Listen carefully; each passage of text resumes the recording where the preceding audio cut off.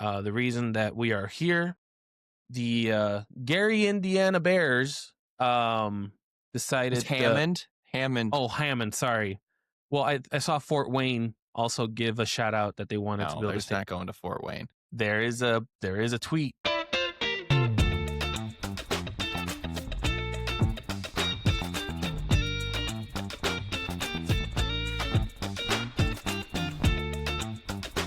Hello. Oh my God. I am back in my room. I hate it already. I miss everything about where I was before, but we are back. Welcome to the Trio of Positivity podcast. I am one of your lovely co-hosts, Chris, accompanied by my other two fellow co-hosts, Boopin and Miller. We are a Chicago Bears podcast, which we are trying to bring some positivity into our listeners' lives. It's been a hell of a season, and they're doing it for us. Boys, we have a very interesting slate in front of us. We are going to talk about Week 16 in the NFL. We're also going to talk about the great game that was the Packers versus the Bears. We're going to do a little bit of a recap on that. We're going to talk about our positivity score, and then we're going to look into the following game, which is Bears versus 49ers. It's going to be Sunday night, and we're going to give our predictions. And then we're going to finish it up with a fantasy recap and go over some comments from our shorts. So, how was your weekend, everyone? Oh, Jesus Christ. If I wasn't this hype, I would be dead by the time how much you talked. What's up, people? Number one in NFC North, Chicago Bears reporting. Weekend was fabulous, as you'll learn during this episode. Thank you very much. As I've stated, quite possibly one of the best sport weekends of my life. Fantastic. I am so glad that you clarified with sports weekend. I'm pretty sure your wife and or kids may want to touch on this episode in the future. He's been coached up. Yeah. Yeah. I thankfully the game was did not take up too much. Speaking of the Saturday slate, it did not take up too much. I was able to get home the day before, and I was able to watch the game at home. So, good times. So, it is a Bears Victory Tuesday. You can find us on Facebook, Trio of Positivity Podcast, our X account, which is at The Positive Trio. Our YouTube channel is at Trio of Positivity Podcast, and TikTok, which I did not check to see if we got a follow or a video view. So while I look into that, let's get started about Week 16 on the NFL. Boopin, what are your thoughts on Week 16? I know Miller's going to be flying high this episode. I got to cut him off right now. Hey, buddy, do you think the Jags are for real now? Yeah, man. They played a lot better than I thought they would against Denver. Yeah, they carved them up. That game was very important to me. And unfortunately, my quarterback did not play as well as the other one, as Trevor. Heck of a game. No, insane game. Everyone was line was 3.5 or something like that. Everyone was bet the Jags. And I was like, I know they've been winning, but Miller's right. They haven't won against anybody. Denver at home, I was like, there's no way they pull this off. And God, they looked like the better team. The defense showed up. Trevor Lawrence showed up. It was incredible. It was funny that we talked about it last week and that showed up. But yeah, just wanted to, so you were flying high. Will the real Bo Nix please stand up? He's Maybe a one-trick pony, man. I told you. I thought this would happen in the playoffs. They would go somewhere and someone would figure him out. It's probably a good thing for them it happened now so they can make some adjustments. But I still think he's a one-trick pony. Then Denver Broncos lose their first home game of the year. They were on a 10-game winning streak or something nuts, right? They were a 12-2. Yeah, it's nuts. I did recall talking about that, and then Miller kind of did say if the Jags get the win and then they're for real. Boopin and I kind of been noticing this for a little bit, where it's a slow climb up, you could say. To me, before we get to Miller, I just want to say I guess the Colts collapse is complete. With the Colts loss, a lot of teams clinched playoff positions. That broke my heart. Yeah, that kind of hurt for me too. And also, it was a Monday night game, and Phillip Rivers looked decent. He looked good. He looked decent. It could just be. I don't want to downplay 49ers defense too much because I don't want to have next week and Caleb have a shit game and have to come respond to that. But yeah, Phillip Rivers looked really good. He was mic'd up, and one of the videos was like him calling players out. And people want to talk about was he a good signing or not. He was a great signing. You can't deny it now. I think we have to acknowledge that he was probably the best fit for that system. He's always been a great trash talker. Like he's like mic'd up is one of the best.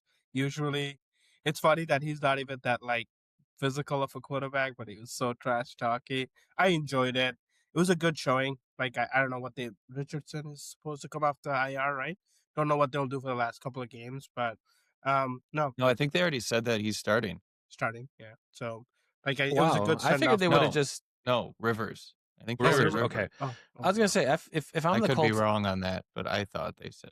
If I'm the Colts, just play Rivers to the end. I mean, there's no. I want to see Richardson see if they have anything. If not, There's sign no Daniel point. A Jones. guy that hasn't played all year to come in He and was game benched early 17. too. Nah. Hang on. They're gonna if they want to pay Daniel Jones like $40 million a year, why not see what they have in Richardson for the last 2 games? If he's the same guy you thought he was, you know He's coming you off have an to sign. injury, a major injury. And you're gonna Here's the throw thing, him if- into With the elastic band, okay? I don't know about.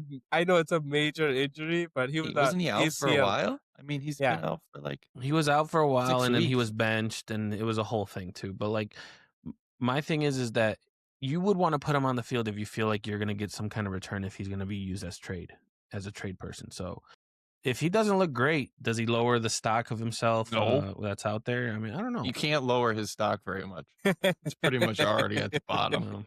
Wow. Miller, finish this off. What were your thoughts on 16? So rarely do we ever see a suspension that's more than 2 or more than 1 game during the season that isn't criminal related. This weekend, we had 2 suspensions. One from San Diego, Perryman was suspended 2 weeks, and then DK Metcalf suspended 2 games. Both upheld, both 2 games. One because of a horrible hit, and the other one because DK decided to get into a fist fight with the fan. So just I pretty. thought that DK one was gonna get. There was a lot of evidence that guy basically targeted DK. I thought that was gonna go down at least. I mean, good that's a for him for fan. targeting. Yeah. I mean, it depends what he said, right? And there's no proof that he said anything derogatory. I don't think he said anything, but like supposedly this happened last game in Seattle. It's like there was history there. Basically, Yeah. that guy got kicked out of the game last time, so he was just targeting him. It's not saying anything bad, but I thought like he would have. The guy said there's a video of him saying that was the goal. Like after he did it, it's like I knew that was gonna happen. So I thought there was like some. Yeah, well, like he's a piece of shit. Like if he did it one time, of course he's gonna try it again, and he obviously is getting under his skin. So made an offense, and now he has a lawyer group in Detroit for him, and now he's probably gonna have a lawsuit or something. Fucking Boys, he's one of those pieces of shit. Can you guys help clarify something on this? Because you boys are a lot smarter than I am. I'm only an associate degree holder. There was a specific wording when they talked about the suspension about his guarantees. Does that mean that the Steelers at any given point now can void his contract? No, If if I Wait, I don't know all the details with the contract and the guaranteed, but basically he's out $45 million for conduct detrimental to the team. So that's million? Yeah, 45 million, I believe. That's his contract. That's the guarantee. It was like 20 million and 25 So million it's, or according something to like that. CBS Sports, it says the suspension also voids $45 million in future guaranteed money, according to his contract. Oh shit! Yeah. There may be language there. Normally, it's not that way. If you're suspended, it's like getting suspended from work. You don't get paid for those 2 weeks. So he makes like 250,000 a week. So he was going to be out $500,000 just from the suspension. But there was Right. anything in the contract saying, "Hey, you can't do shit like this," and he did it. That's his dumb ass, and he's gonna So, probably Yeah, it's just probably one of those disclosures that just talks about if you do anything that is detrimental to the team, we have an out. Here's the thing. Also, we need to stop with this narrative of like him being a dumbass. Like, if we were in that position and someone was saying something that we didn't like, or that we were going to react a certain way, I'm pretty sure he didn't give a damn about what the money that he might have lost. Like, he just wanted it to stop, and he felt that at that moment that was what he was going to do. Now, here's the thing that I see a lot of fans doing. It's like, oh, you should know the risk. Like, don't let that get to you and whatnot. But like, people are human at the end of the day. Like, that's gonna affect you. If I No, make that much money, I'm gonna hire absolutely a not. security guard. I'm gonna do the Come Messi on, thing. dude. There's Wait, a do the difference. There's a total difference between before and after the game. You shouldn't be anywhere near the crowd during the game. And this was like in You the can't first say or that second when quarter. He would had to go 20, 30, 40 feet to address this. You can't do that. I mean, with a lot of stuff, a lot of different sports, you literally have courtside people like right there. Like, That's people are different. going to pay. That's different. People are I going to agree pay to with be you the when it comes to closest to. basketball is different. This And he had to and go to out to of be his fair, way. He to be needed to fair, make a basketball have decision. the same issue this year too. There was a guy talking crap to Josh Giddey. Basketball has it every Yeah. year. I Yeah. know, but No, like this one this year has was with the been way Bulls. Yeah. worse. Yeah. There was one more. I forgot. Maybe like Durant. I don't know who it was. He definitely got someone kicked too, just like early in the season. Just And hey, talking people are crap credit from to purpose. Detroit. Credit to Detroit fans. We haven't seen much since the Malice in Palace. So the fact that they're going back to, like, they didn't wait for a pandemic to be over or nothing. They're like, we need to go back to those times. You know what I'm saying? Like, they wanted to bring chaos. But I just wanted. It was more or less a question on the contract, the wording. I think the contract detrimental to the team, like, that had to have been from a Seattle aspect that was brought That's what I was over. thinking. Like, it's very smart of them It to could put just that be in a the contract. It could just be a Steelers thing too. You Yeah, know how like- each team Yeah, has their you never own. know. What it's funny, even though we're going too long on this, what's funny is they got rid of George Pickens because of his behavior, and now they have this. But it's different when it's like Okay. in this scenario. But I think we can talk about that at a later time. But let's get to the reason that we are here. The Gary Indiana Bears decided It's Hammond. Oh, Hammond, sorry. Well, I saw Fort Wayne also give a shout out that they wanted to No, build a they're stadium. not going to Fort Wayne. There is a tweet. The stadium looks nice. I will say the stadium looks nice. I would bet a lot of money. I know they're not going to Fort Wayne, but I think props for them for trying.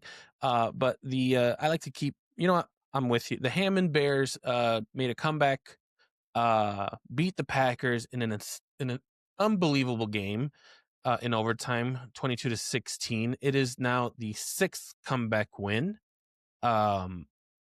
which I believe was 5. They were tied for the record, and now 6 they break it. I can't recall if it's a franchise record or an NFL record, but I saw it on the screen for a quick second. I just was too lazy to go back and do it. But before we get into the full details of the game, we're going to start where we always start. It is going to be Miller's Glazing Minute. The greatest minute in podcasting. It's Miller's Glazing Minute, brought to you by the Trio of Positivity Podcast.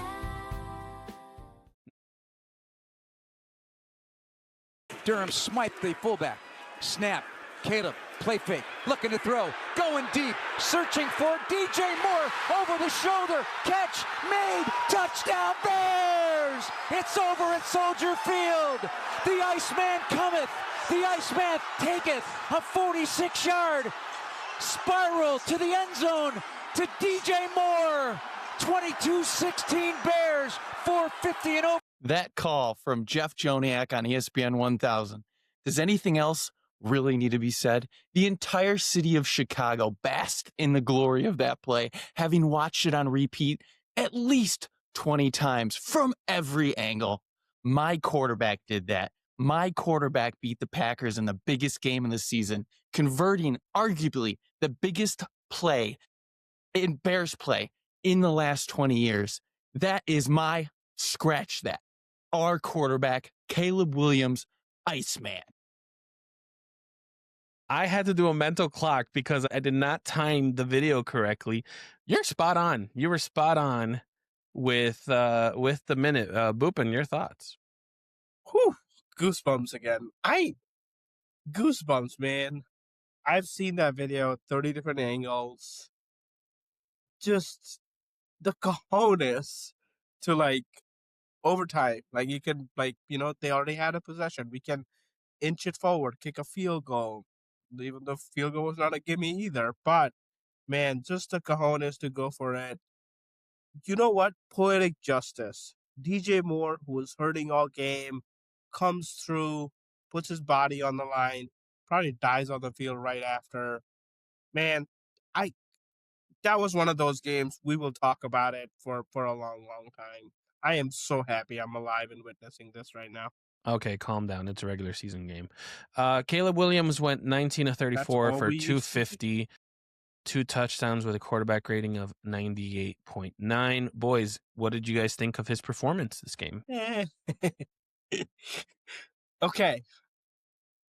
The first drive was great, right? We went down the field, went for a fourth down. Maybe that could be criticized, but great first half.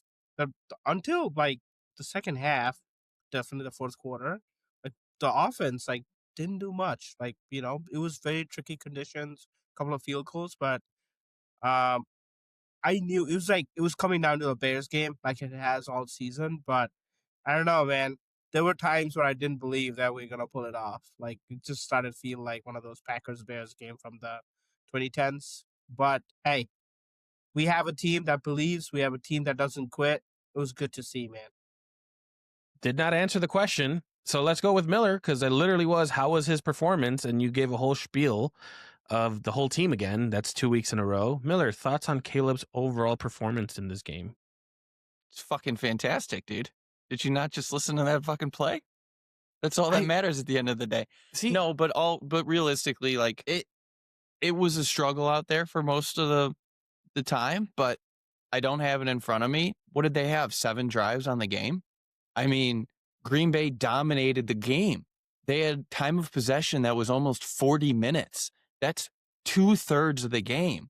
So it's not like they had 10, 20 drives, not 20 drives, but 10, 12 drives that they can get some momentum going. Every time they did something, Green Bay turned around and went the entire field. And it was just every single time. And our defense had the bend not break. But as an offense, especially in that weather with it being cold and windy, to be sitting on the bench for that long and then get up, play again, we're lucky that they were able to get some field goals and he was able to lead them down the field and then pull off the miraculous shit at the end of the games. Props to his resiliency. We've seen it all season. So overall, it was a solid game. Yeah, there was a stat I was watching Pat McAfee, and I guess for the first 3 quarters, Caleb's QBR is ranked in the 20s, and in the fourth he's top 2, I think, top 2 or 3 in fourth quarter overtime QBRs. I thought Miller is kind of on the same length that I was, where it's we saw the struggle, but not only that, we saw our team struggle, and then, which I know I'm probably going to get some hate for this, but Malik Willis looked great, and he came in a opportune time to kind of try to take that team to a win, and then the fourth quarter showed up, and then overtime he fumbled the ball. But yeah, I think for what it was, I think he was a good performance. He really didn't have bad plays that I could kind of come up and kind of say, in the whole season has been, one of us, except Boopin never criticized Caleb throughout the whole year. There's always been something where we say, oh, he held the ball too long, or he made the wrong read, or he did this or that. It's been 3 or 4 weeks that we can genuinely sit here and not really nitpick on one thing, which is pretty impressive given how the season has been going. I mean, because we've been winning, bro. If we think of if we lost this game, the story would be very different. We'd be talking about the first 3 quarters and how his QBR is in the 20s, right? But hey, a quick flag to you. I got flagged for talking about the team. You talked about Malik Willis, about how his performance was. So kudos to you. I mean, we already talked about Caleb's performance and compared it to the other quarterback that came in cold, like Miller was also mentioning, because Jordan Love went down. I feel like I kind of kept with the conversation. What, am I wrong? Okay, move on. Yeah, see? No, someone doesn't like it when I speak facts in this podcast. We literally have an entire other question devoted to Malik Willis, but sure, we can bring it in at the Yeah, beginning. no one cares about that. All right, let's move on to the next segment. Let's see how many other teams in the NFL will get a ball from Boopin. It is Boopin's balls. Thank you, sir. What a great inspired victory, boys. Can't be more proud of you. Whew. Let me come down from this hype, okay? What a game. Everyone deserves a shout, but hey, like we know from last week, only 3 people get balls. If more than 3 people get balls, people get weird about this. So we're only 3 people are fucking gonna get game balls today, okay? The third game ball goes to Josh Blackwell. If you guys don't know, he helped recover that onside kick from Romeo Dobbs. He's been clutch. He's been clutch all season. I think he blocked a field goal when we played the Raiders. That was clutch in that win too. And again, but he was in the running to be in the Pro Bowl for special teams. Got snubbed, I think, there. But third game ball to him, like, can't emphasize how important that play was. Literally swung the game for us. He deserves a great ball. Second game ball. This man is controversial. He's been criticized numerous times. We've made fun of his, it's Cairo Santos, right? He went 3 for 3, including a 51-yarder. We've criticized him a lot for like not being good over 50. And God, the situations were tricky. He was literally kicking at like free kicks with David Beckham. He was swinging it in, swinging it out. It was like at least I had my breath held every time he was kicking the ball because, he's not Mr. Automatic. And God, 3 for 3 in such clutch times when we needed every single of those points. He came through. Sorry, sir. I apologize for being critical of you at times this season. You get the second game ball. Now, before we get to the first game ball, let's do some honorable mentions. Nope. See, I have to stop. You already stopped. See, no, you can't do this. It's my fucking segment. Who You're fucking doing asked honorable you? mentions with game balls. That's doing the This whole is- defense again. This is how you build up the suspense because Ugh. people think it could be this guy. First No, of it all, isn't. you should start with honorable mentions and Thank then you. get to the game balls. It's my fucking segment. Like, I don't fucking want it. This is how fucking Miss Universe does it, right? Like, there's 5 people, 3 people get it, then like there's one that wins. This is how I do it. Okay. So this is When your it's yours- miscongeniality, is what you're telling us. Yes. So if next time you do your segment, you can do it your way. Apparently, we know what he watches when he works from home. Okay, honorable mentions. Mr. Iceman cometh himself, Caleb Williams. We talked enough about him. I want to give a shout out to Jade Walker. Is that how you say it? Our rookie wide receiver made 2 clutch catches, including the touchdown to put the game to overtime. And Montez Sweat, with that clutch sack that probably injured Malik Willis, and that probably contributed to the overtime fumble there. But my first game ball goes to DJ Moore. 5 for 97. Doesn't look as impressive, especially with the 46-yard touchdown. But I think the game-winning drive that Miller just made us listen to was impressive. But he gets this game ball for the resiliency he played with. He got a cheap shot, in my opinion, very early on in the game. They ran into him. This man was injured. He could barely line up at 4 plays. He stuck it out all game. He knew we needed wide receiver help. And man, at the end of the game, to come up with a play like that to win the game, it was, again, poetic justice. All the respect to him, sir. You get the first game ball. Miller, how did Boopin do with his balls? I liked all of those balls, except the honorable mentions at the beginning there. But I mean, DJ, Cairo, I'm going to be honest. We don't win this game if Moody's playing, because I don't think Moody could have handled the wind as much as Cairo did. And I'll apologize too. Thank you, Poles, for keeping him, making the right choice, because he nailed those field goals. And in that wind, to nail those, a 50-yarder in that wind. And like Boopin said, if he misses any of those, it's not even a game. Yeah. Oof. And the onside kick. Oh yeah. I will even say that- I probably would have flipped DJ Moore and Cairo Santos on my list, but I'm okay with this list. So good job, Boopin. I agree. The honorable mention, we probably don't need to start doing that right before Let me find a garbage can for your opinions real quick. Sure. All right. Let's get into these questions that I for sure wrote. We'll start with the first question. It says, we've seen a lot of games played between the Bears and the Packers. Would you say this was the most important game between them in recent years? In addition to that, do you feel that this was just another game in the rivalry, or do you think the wins are a changing? When do we just read questions? Since it's the first, we always read the first one. Traditionally, we always read the first one, and Since we it have a leads to boring other. host, we Oh my always God. do it. Listen, which by the way, kudos to you guys for controlling the show while I was out. It was mostly Miller. Props to you, buddy. I need to go drink the rum you bought me to deal with your ass. I didn't realize how big the bottle was until I grabbed it today, so I'm very happy you're gonna enjoy it. It's just a fifth. It still looks huge. A lot of things look big when you have small hands. Getting to the question itself, I'll start.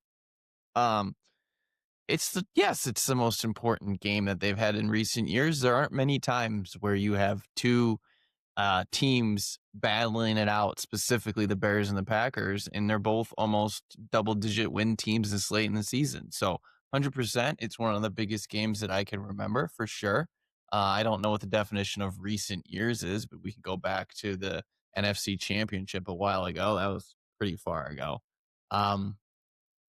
Go, you guys, and then we can get into the second question. Yeah, no, it's such a huge 100 and some years storied rivalry. And so I will not, this is probably not the biggest one, but in recent times, like I heard the term new Bears a lot this week for this new Bears team that they're trying to bring this new attitude, new coaching staff. I think this is the biggest game we've had by far. I think, again, I think I'll be talking about this game for a while with my son. Like, hey, I was there. We watched this game, this insane game. We had a 0.06% chance of winning that we somehow won. I agree. It's probably the most impactful win for this era of the Bears. Okay, I'm going to cut you off because I know Chris is going to say it. You need to calm down, and everybody needs to calm down on this. I'm going to remember this game for the rest of my life. It's a fucking regular season game, and while I agree with you, if they play them in the first round of the playoffs and lose, this game will probably never be talked about again because it's meaningless. You know what? Now, It'll if be we talked beat about, them- but for the wrong reasons. If we beat them in the playoffs, then I will agree with you. This is one of those wins that projected us forwards. But to sit here and say we're going to talk about this forever, if we're not going to talk about it forever, if we lose to the Packers in the playoffs, the first round. Guys, 6 minutes to go. We were down by 10, 2 timeouts. We had no business being in the game. Like, literally, like, you could have walked away because we have seen Bears blow these games. That's the part I'm talking about. The fact that they didn't give up, they fought, came back and won. That's the part I think that's like historic. But it's meaningless unless you do something in the playoff. Because it's just a regular season game.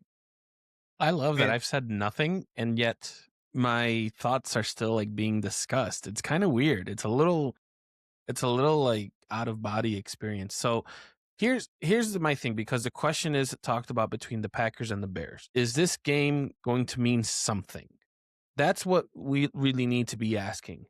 If this game was to win the division, yes, it'll be talked about more than people think, because this game helped clinch the division. That didn't happen, right? Do you think the Packers throughout all of these years can be like, oh, we remember this victory over the Bears because of this, or because they didn't give a shit? They won so many times. It was just another game to them.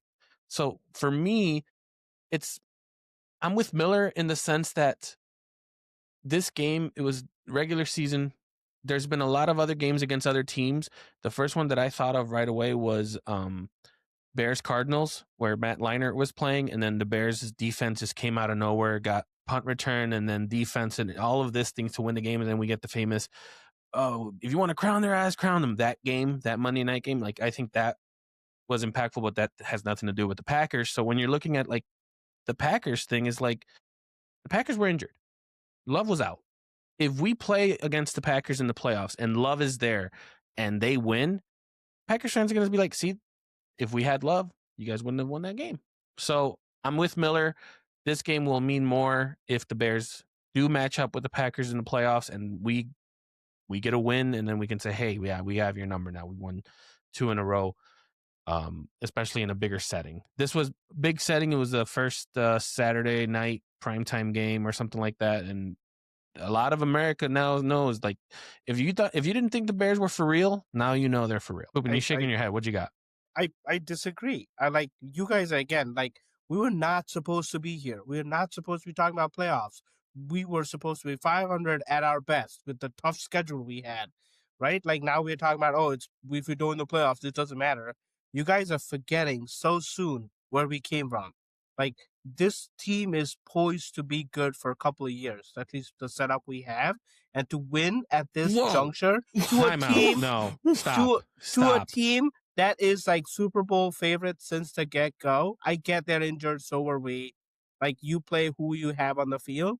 I don't think none of that matters. I think for where we are right now, this is a monumental win. You just went from narrow scope to wide ass scope. Slow your roll. Like, I'm just saying, it's a huge win. Don't get me wrong. But the people that are saying, I'm going to remember this win, I'm going to tell my kids about it when they're older, where I was during this win, that's where I'm like, slow your roll. It's not the playoffs. Chris is actually arguing against his point with the whole Arizona Cardinal bullshit. But well, I'm just saying from like a memorable memorable moment. Yeah, you're that's arguing what I'm kinda... against your point because that was a regular season game. They're genius. No, But I'm just comparing both regular season games, and I think that one's more memorable than this one. That's all I'm saying. I just don't feel like, unless we take it to the next level, because we're about to probably play them in the first round.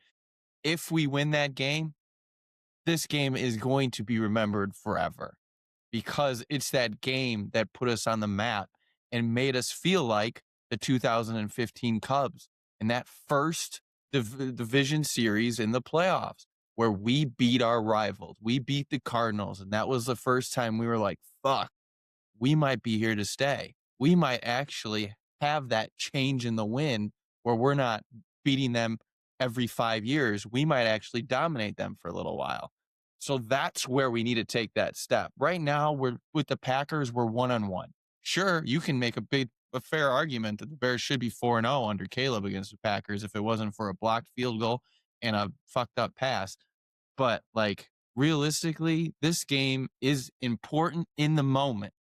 But to say you're going to talk about it forever, if we don't do anything with this fucking playoff matchup, it's meaningless. I also want to point out, and then we'll get to the following question. When we made the playoffs with double-digit wins, we were high. The fans were riding high, and then the double doink happened, and so everyone forgets that season. So like, what are people you are trying to grasp at straws for? What do you fucking What do you mean talk? grasp Everybody forgets. No one forgets the 2018 season. Literally nobody. Everybody forgets the 2020 season. Nobody forgets the 2018 season. 2020, we didn't have double-digit wins. We made the playoffs. Yeah, but did you not hear what I said? I said when we had double-digit wins. What's the goal at the beginning of the year? The goal at the beginning of the year is to make the playoffs. Not what you said. It's 100 yards rushing again, Miller.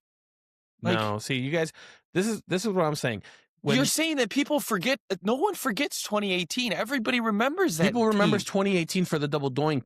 They don't remember for how the Bears played. They remember the double doink. Chris, yeah, because the Bears lost. You want us to remember Mitch. Just say so we remember that the Bears lost because of last time they had a great quarterback and they went to the playoffs. They lost. That's all I'm saying. Last 2 times, actually. 2 times, correct? See, like I said, you don't even remember 2020. Honestly, 2020, we knew we were limping in to the playoffs. Let's not act like we were surprised we made the playoffs. Let's be honest. That's why no one remembers. So the follow-up question was, do you feel like this was just another game in the rivalry, or do you think the winds are changing? I don't think we've answered that yet, right? I did. And you said no. Well, right? I don't remember what you answered. I hope that the winds are changing like the 2015 Cubs. You got to beat your division rival in the playoffs when it matters. Yeah, I'm with Miller. I think like just looking forward to their salary cap versus ours. At least, next year might be tough for us, but it won't be nowhere be close to as tough as Green Bay is. With 2 of their players basically are getting paid $100 million a year, right? We don't have that problem. We have some young players we gotta pay, but I think we are both better younger. Team is gelling. I believe and love our coach. I would like to believe the winds are changing. Until we do something more significant, I think it's status quo, in my opinion. Let me ask you guys this. Okay, Status so quo. Can we go Yeah. back to that? What is your definition of status quo? Doesn't mean anything. Because status quo to me with this rivalry is us getting our asses kicked for the last 20 years. I don't think that's the case anymore. Now, so I'm not going to call it status quo. I think the rivalry will be competitive, but I would like to think that we might be able to come out more than we would lose in the next few years. okay, quickly, okay. So you guys don't. If we don't win in the playoffs, it means nothing. What are you guys thinking? First round, second round, like how far do we? I have am That's to too go? far ahead. I think that's too far ahead to But kind like of get you into. just said, like it means nothing if we don't do anything meaningful. What does that I'm mean? going to What be he- honest, Spoopin. What is meaningful? What I'm saying is, because I mean, it's probably in the 80, 90 percentiles that we're playing the Packers.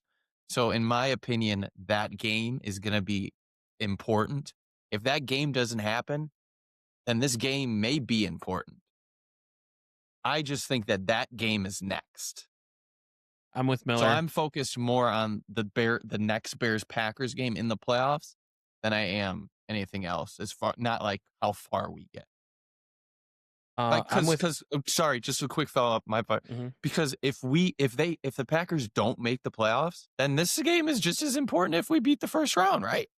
Because we put an L in their column, in their loss column. We made them not make the playoffs because of that game.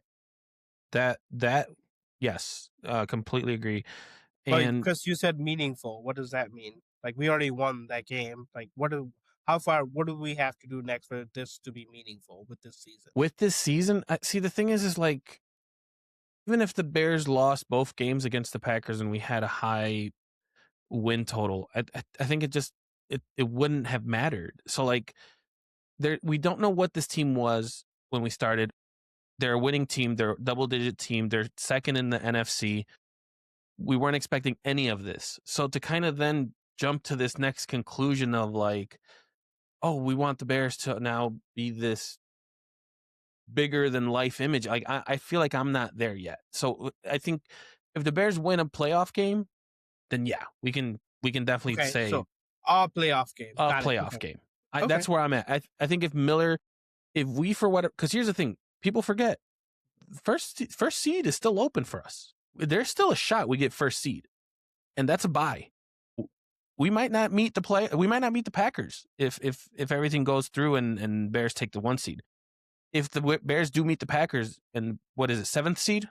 If they win 7th seed, then that's the matchup.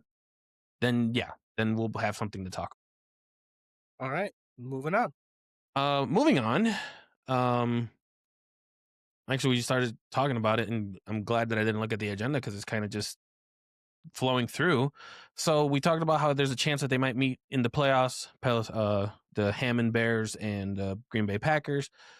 Do we see any momentum, confidence, coaching evaluation, locker room belief from this game carrying into the postseason for the Bears? God, I wonder who wrote that question. No, I'll start. No, I don't. I think the start of it was too rough, and I think the end of it was, quite frankly, close to a miracle. So I don't think that you have much other than what we already knew about Caleb. I don't think there's much to take away. The fact that he's really good in the fourth quarter, the stats show it out. That he's one of the best in the league in the fourth quarter and overtime so far this year. But other than that, there's not much takeaway. Yeah, I want to be a homer too, and as big as homer I think I'm turning out to be. I can't guarantee that we'll repeat this in the playoffs, but looking at this team this season, what we can comfortably say is that they will fight for all 4 quarters, they'll play inspired, and they'll make us proud. I just don't get. I don't get you. Like this is so like. What do you about? They get clutch in the 4th quarter. But Get you're turnovers. romanticizing it so much. 'Cause Like it's been a romantic fucking season. no, it has not Yes, been a it has. romantic Look, season. Yes, it had. Chris, Stop. what did we fucking have hating, them at? dude. Like 8 wins? We had Like, them at come 8 on. wins. We no one would have expected this. It's No, been I quite the understand romantic that. season. I understand that, but this is like the way you're romanticizing it, I feel like the next thing is if like we lose, it's gonna be Dude, Romeo and Juliet.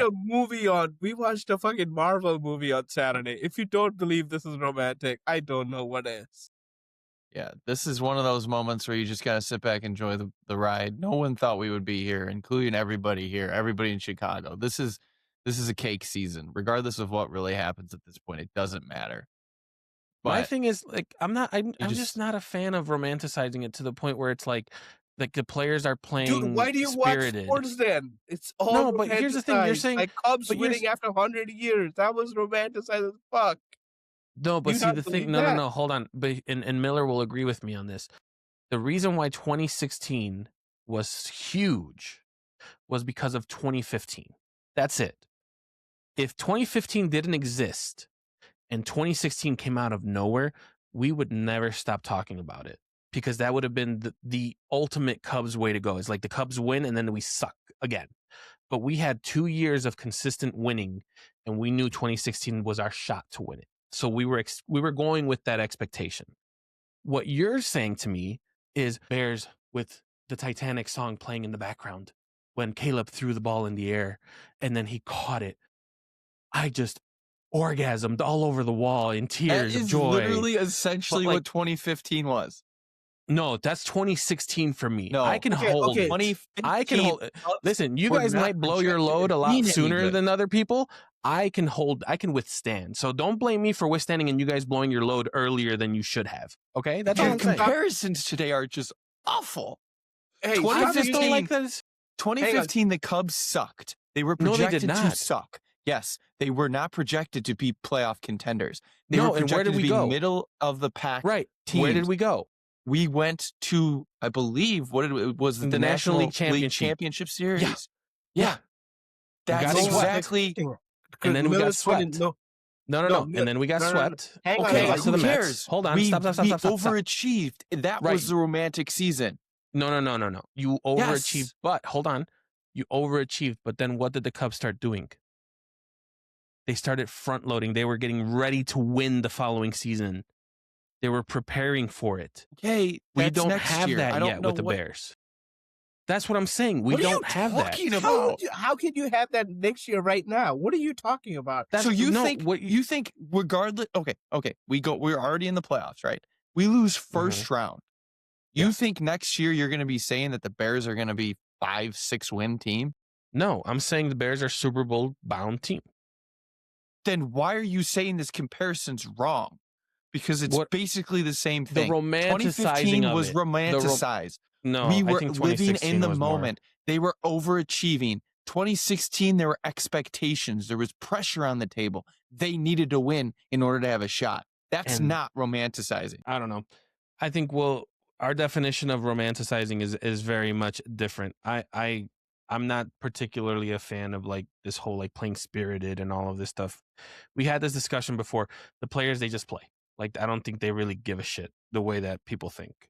That's my opinion. If you Interesting have seen this opinion. defense play all season, if you don't believe they play spirited, dude, I don't know why we're talking. There's nothing What to do you fucking mean? talk about. The defense was like the 30 whatever takeovers we've had, mostly in the like clutch times, is what the Not mostly season is clutch. about. That's not true either. Stop. Ah, See, alright. that's what I'm saying. Because you are romanticizing it so much, like you feel like anything you say, it's just gonna be the truth, and that's let's not move the on. case. Okay, in a movie, like there's hardships and the hero overcomes the hardships and win. That's basically what fourth quarter is. We've literally had 6 hardships, brother, in this season. Obviously, our definition of romanticizing is different. That's but- literally what I said. Do you think that the Bears would have lost this game if Love and Jacobs didn't go out?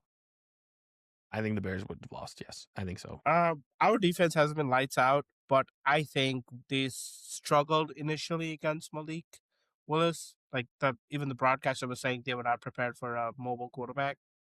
I would like to believe that we would have done better against Love. The game probably would have played similar. They probably would have scored, but I think the fumble and stuff that we got in the fourth quarter probably wouldn't have happened. So I think the game would have played out a little bit differently. But I think our defense would have probably showed up better against Love than what Malik did to us, especially early. I agree with you. Yeah.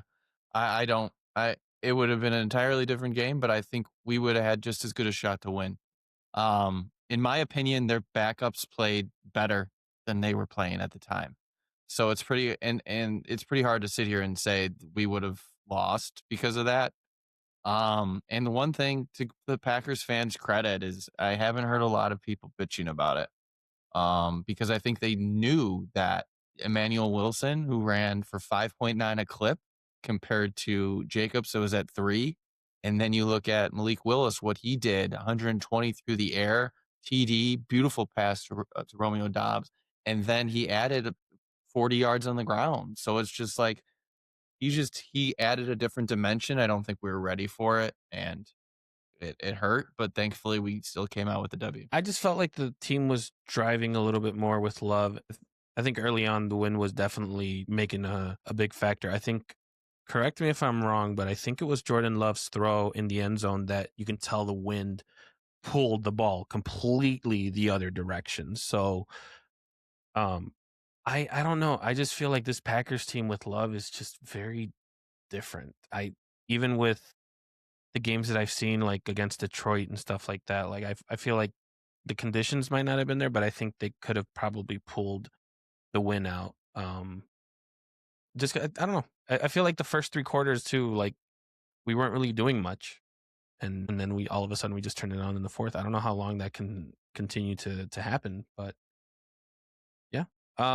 Before we get into the next question, is there anything that we want to talk about the actual game? Because the next question is based on. You don't want to things continue that to are after. romanticize the game? Okay, can we put our conspiracy hats on? That it was a dropped pass at the end zone. No. The Heat being off at their sideline. Like, do you think there's anything there? Like the Bears use that to our advantage? No, but I will say there has been a lot of comments that the Bears are a dirty team. I've seen that a lot today and yesterday. That's mostly because of that hit that took them out. But yeah, like I don't understand how you can call that dirty. I quarterback got hurt. Quarterback is the key of the game. It wasn't even that. I think there was another one where the second injury, right? One of the players caused an injury, I think. That Was it DJ Moore got fucking hit in the back. That's a dirty play. I don't even know if that's how you can justify that. But no, like the thing was, they didn't have heat on their sidelines with the little heaters, and we did. And like a lot of people were like, oh, like I mean, it's fucking Chicago Parks District, so the heaters could legit be out, and they didn't do anything with it. But like, I forgot who it was. It was somebody, a previous player. I think it was specifically a quarterback. Was talking about, I've never heard of this.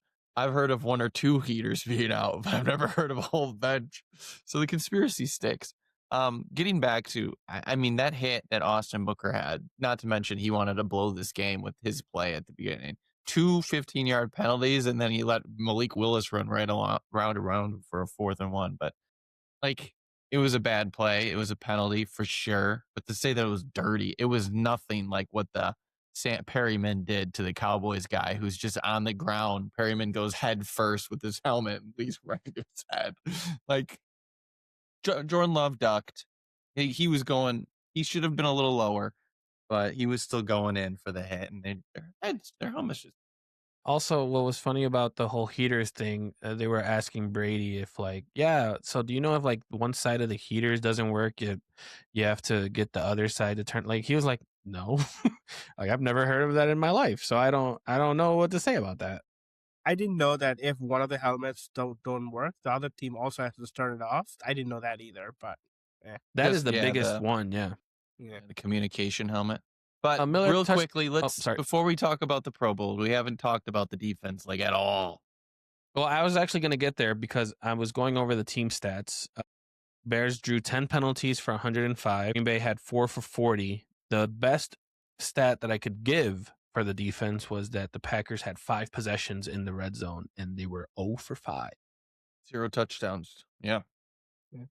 That's That's about the only good stat that the defense had, because other than that, they were just getting boat raced up and down the field. It's like the extreme version of bend don't break, but it's literally like do nothing between the 80s, like 20s, and then fucking like become Superman at like 20. I don't know how It was that almost works. worse because you talk about yesterday's game where it was just the 49ers, they went down the field, but they did it in like 3 or 4 plays. The Bears did it in like 12 or 13 plays each time. They really didn't give up any deep balls, but it was just like every time they got first, and then they'd eventually get stopped for like a field goal. So very much the extreme version for sure.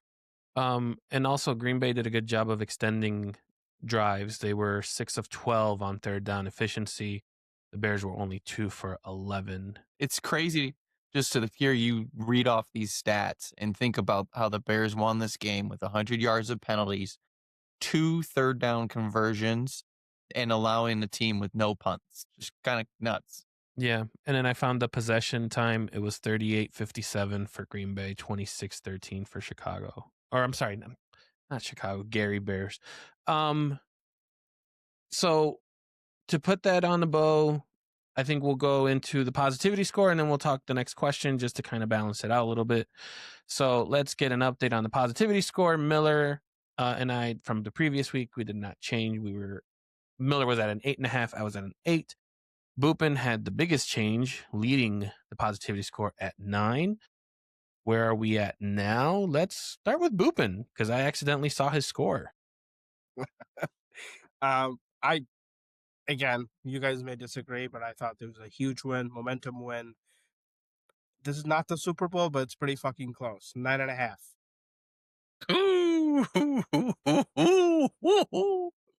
That's interesting. I don't know. Okay. I really wanted to stay flat. I really did. And this game didn't really do anything to make me think that we can go up a notch. But what did do something was Detroit losing and this team becoming a playoff win. So got to go up a little bit just on that. So I'm going to be spitting at a 9. Yeah, I'm on I'm in the same thought process.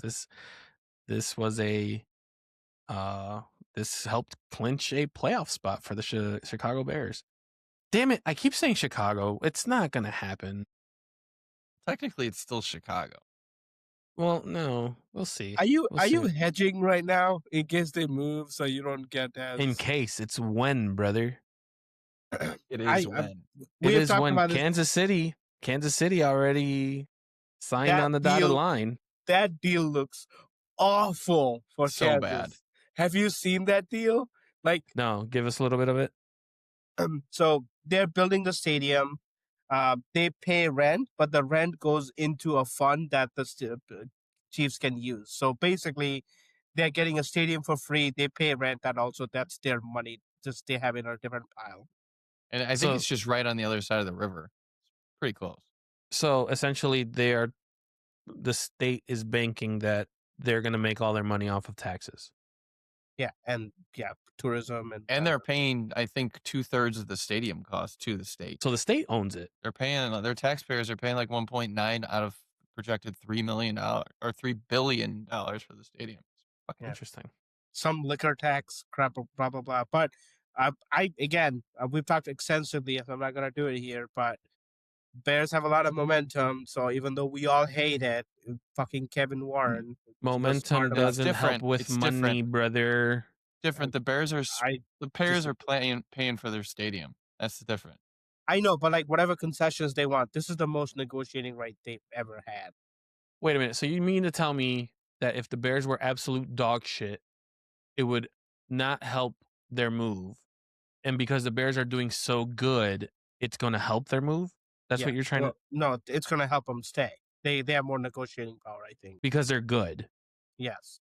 See, I've heard that argument before, and I don't really understand it. I mean, think of it last year, right? They were like 3-12 and trying to get money from the state. The state was like, go fucking pound sand. Like now, if they go negotiate, I'm not saying they're going to get everything. Still they saying want. go fucking pound sand. They But said... look at the Kansas City. No, they say that about Arlington Heights. They haven't said that about Chicago yet. No, they Yes, said they it about did. Chicago. They actually They said it literally about said Chicago. they're not going to even look at this shit until 27. But you make this argument about how good a team is, and then you go look at the Kansas City Chiefs and look what they did with their citizens. In Missouri, they said, we want tax money to do this. And you know what the citizens said? Go fuck yourself. And they've won like 3 Super Bowls in the last like 7 years. So I don't know if that stands. I think that's going to be a fun discussion like off season. I would love to hear that because I feel like if the Bears, like, let me put it to you this way.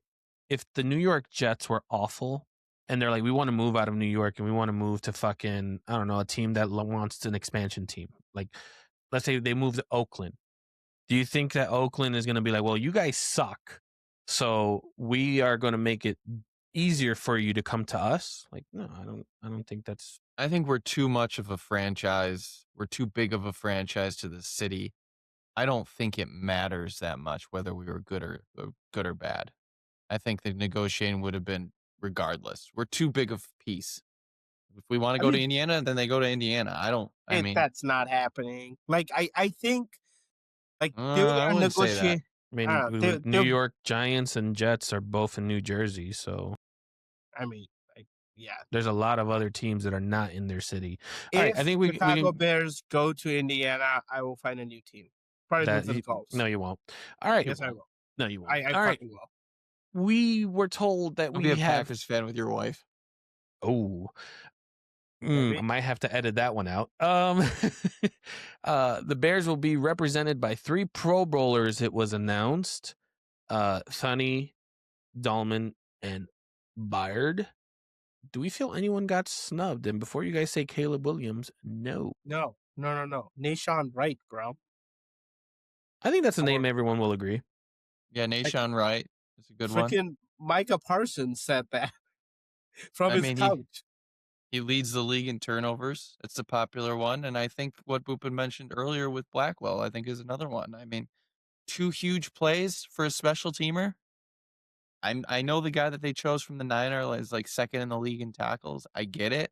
But like he had 2 game-winning plays as a special teamer. The block against the Raiders and then the onside kick this weekend. So I'm hard-pressed to think he didn't get it. The only one that I feel like, but granted, recency bias is kind of a thing. I wouldn't be surprised if Santos was to make an appearance. So you both are shaking your he's heads, even but comparable to Aubrey?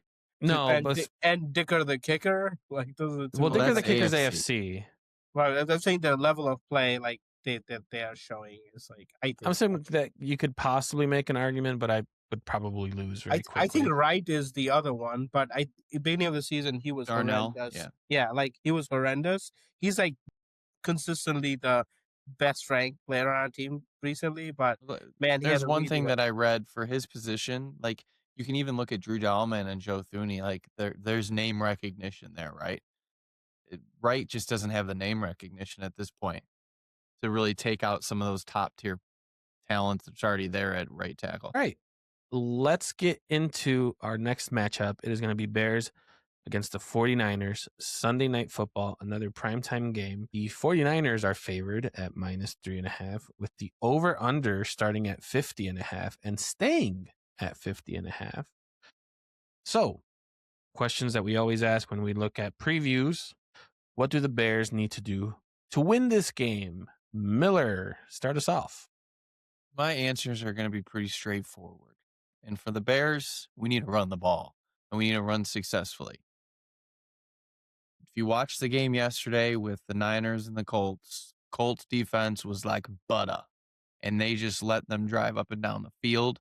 So in order to stop that, we need to take care of time of possession. We can't have the same bullshit that we just had with the Packers. In order to do that, we need to run the ball. Their defensive line is not very good. Their defense isn't very good. Phillip Rivers put up almost 300 yards against them. So expectation, we need to control the clock. We need to run the ball, keep their offense on the sideline. Open, what do you got? I agree with Miller. We have to run the ball, control the clock, score a lot, which we don't do as much early on, because they will score. Like they will score. So to have a shot to win, we need to keep playing ball control and score a bunch. Miller kind of hit it, but I want to go a different route. And the importance of running the ball is that, as we saw with the game-winning drive, it was off of play action, and we thrive when the play action is working. So I think if we are able to run the ball and we can kind of keep things in our in their end zone, in the red zone, and stuff like that, I think we are going to be looking very good. So let's switch on over real quick to the 49ers. The 49ers are 10-4. What do they have to do to win the game? They are currently 6th in the NFC playoff position. Yeah, they're on like a 5-game winning streak, only allowing 18 points to their opponents. So I think they will need to play that style of ball, frustrate our offense, into mistakes, into punts. Because again, I think like they'll score a bunch on us. So it's like keeping the ball in front of them, frustrating the offense is probably how they disrupt our game plan. I think they need to stop us running the ball. I said it from the beginning. It's very straightforward. They don't have a good defense. If they can't stop us running the ball, we're able to run consistently, we have a good shot at winning. That's the bottom line. Defense Jonathan is Taylor weak. didn't have a big game yesterday, right? I mean, they were down what? They were down left tackle, right tackle, and their center, right? They were down like 3 starting linemen. So I think we're a running team first, so we're gonna run it, and if they can't stop it, then that will allow us to move the ball up and down the field, not rely on Caleb as much, which we know is beneficial to the team, and possibly come out with a W if they don't. Yeah. I think McCaffrey needs to ball out. There's no other way of putting it out there. Our defense will struggle with him. I saw that he was leading the team in, was it receptions and rushes or something like that? Something along those lines. So he's the workhorse. I know that Kittle has like a injury that he's kind of working through.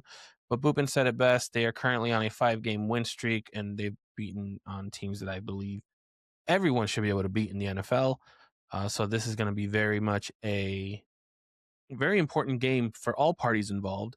The Panthers are actually going to be matched up against the Seahawks, which have playoff implications there. Panthers win, and I believe Bucks lose. They take their spot. If Panthers win, they help us out in clinching possibly the number 1 seed. So Panthers are 8th in the NFC playoff picture with the Lions behind them 9th.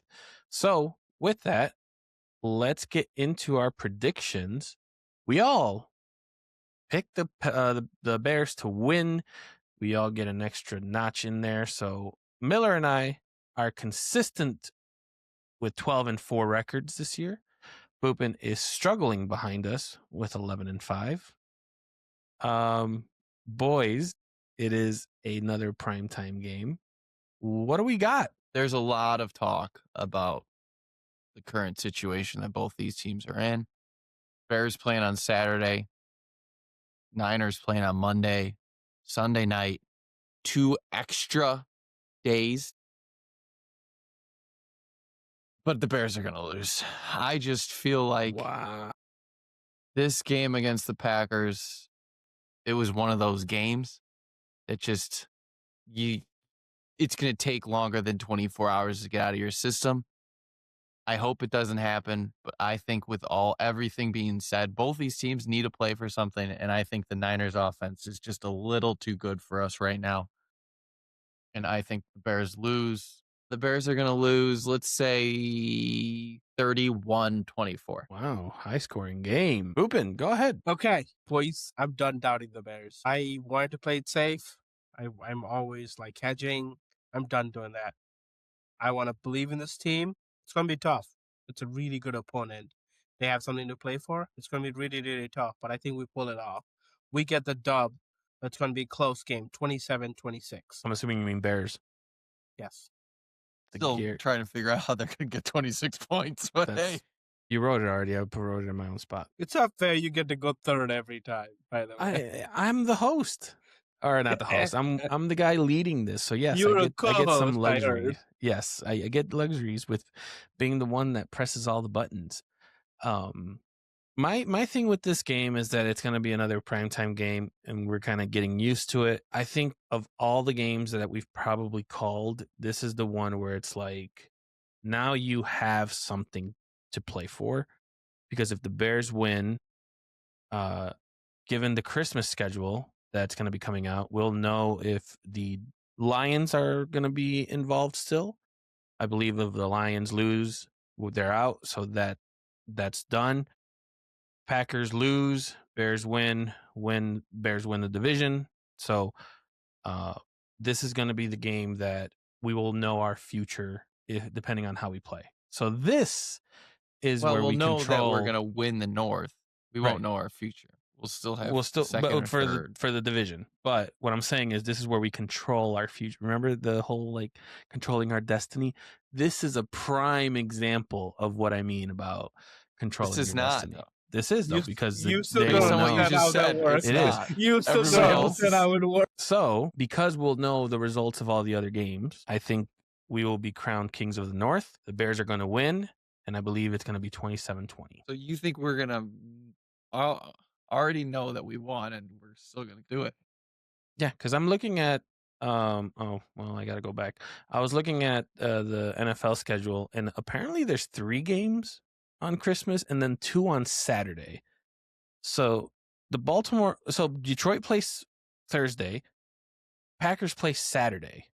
So when the Bears are playing on Sunday, I mean, we're Sunday night, so regardless. Everything will be regardless, decided. well, unless it was like a Monday night game, but that's why I wanted to double check. Bears will kind of know at that point what is going on. Also, can we like chill with these? There's so many games now. Like, just I'm not used to December being split up like that. But that's going to be a topic for another day. Boys, we will find out if Miller and Boopin will be tied. I know. going into- I was hoping you would say we lose too, so I had a chance of tying you guys. But now, either I'll be Yeah, tied. no, Yeah, I hope I- I this- hope we're tied, Boopin. Let's just put it that way. So let's get into the fantasy recap. I think this is going to be the fastest Shall we? recap. I think this is going to be the fastest recap because I didn't see much on it, but what I want to say is on the agenda that we have, it literally just says Miller's success stories. So let's start there. Miller, what's let- been let me happening? cue him. Let me cue him in, okay? So, boys, I've let us down. You know, like people say, I have a fantasy show, and some people that know about this show, I didn't make the playoffs, so I let us down. But the one person who's proudly represented us in many playoffs, and he'll share with Many you how championships. many championships, he's doing it again. So I want to hear. Let's hear it from the horse's mouth himself. Miller, tell us how you did this week, buddy. We all know where I stood last week. 3 semifinal matchups. Well, thankfully, all power to the people. This guy pulled out 3 dubs. We got 3 championships, baby. Woo! That is nuts. My best team across the board. Rough. First half, first games on Sunday. It's rough. Second half, I had Chase Brown, who got all of his touchdowns in the second half. And I also had him paired with Joe Burrow in one league, who threw multiple passes to Chase Brown for a touchdown. So needless to say, I wasn't sweating those games very much. The one game that I was sweating was I was up against the Niners kicker yesterday. I was up by about 14 points, 15. He needed 15 to win. Was able to pull that out by the skin of my teeth, and I am happy to say I won on a doink. The 65-yarder that he kicked before half, that doinked the goalpost. That's the reason I won, ladies and gentlemen. So I am in 3 championships. I am not favored in any of them, I don't believe. So we'll see what happens. All you got to do is play your stars and hope for the best.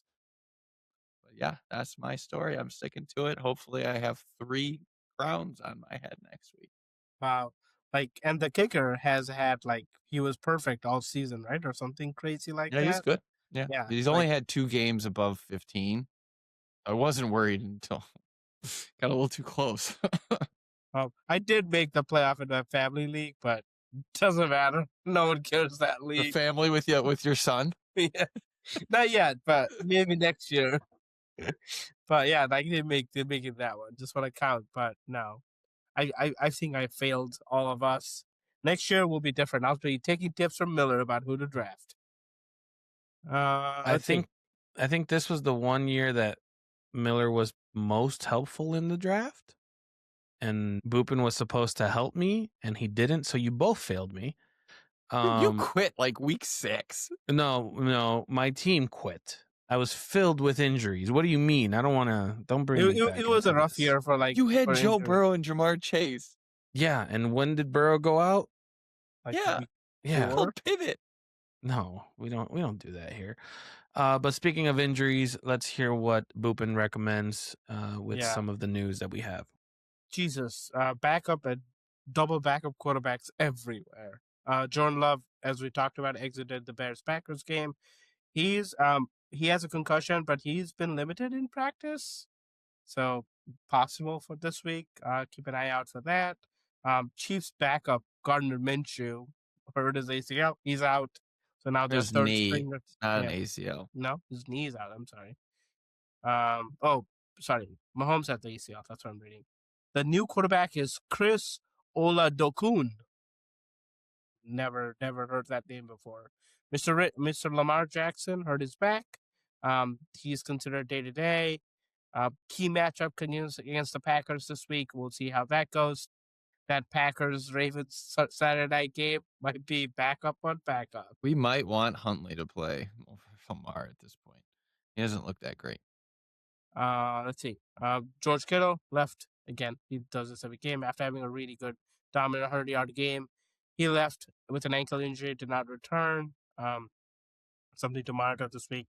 He's They said it's a low to mid ankle sprain, so it's not a high ankle sprain, which is usually 3 to 4 weeks. So there's a chance that he plays week to week still. DK Metcalf, like Miller said, is facing a 2-game suspension. I thought it was going to be appealed and overturned at least, but we'll say it held. So, yeah, he's out for the final 2 games of the season, which could come in really big because I think Pittsburgh have an inside shot at winning that division. This really throws a wrench in their plans. So, big key injuries with big key implications with fantasy playoffs on the line. I'm sorry, fantasy Super Bowl on the line. What could go wrong? What could go wrong indeed?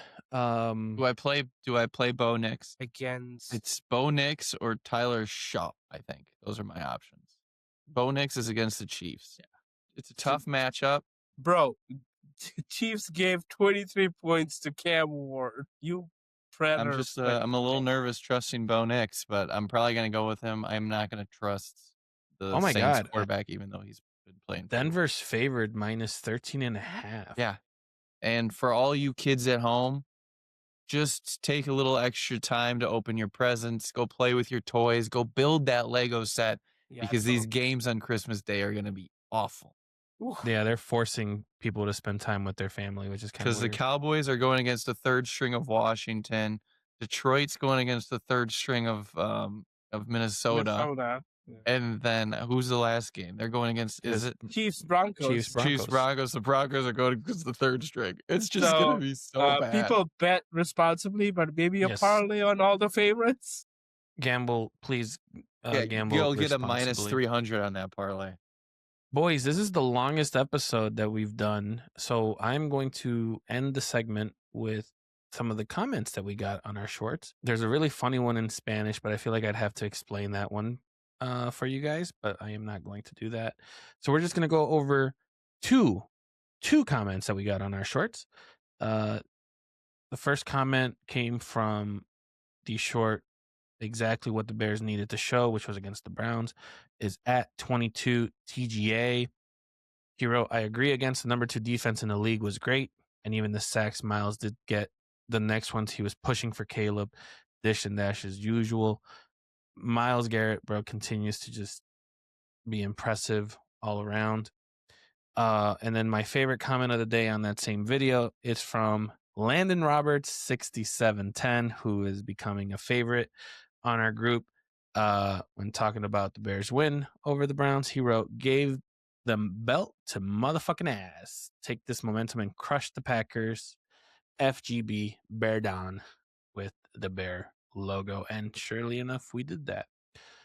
With that being said, I do want to put out there, thank you guys so much for all your support.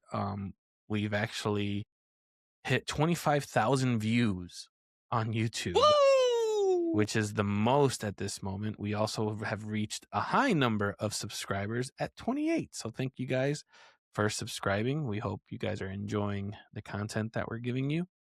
And wanted to bring that up because it is our Christmas episode. We all got to do something fun.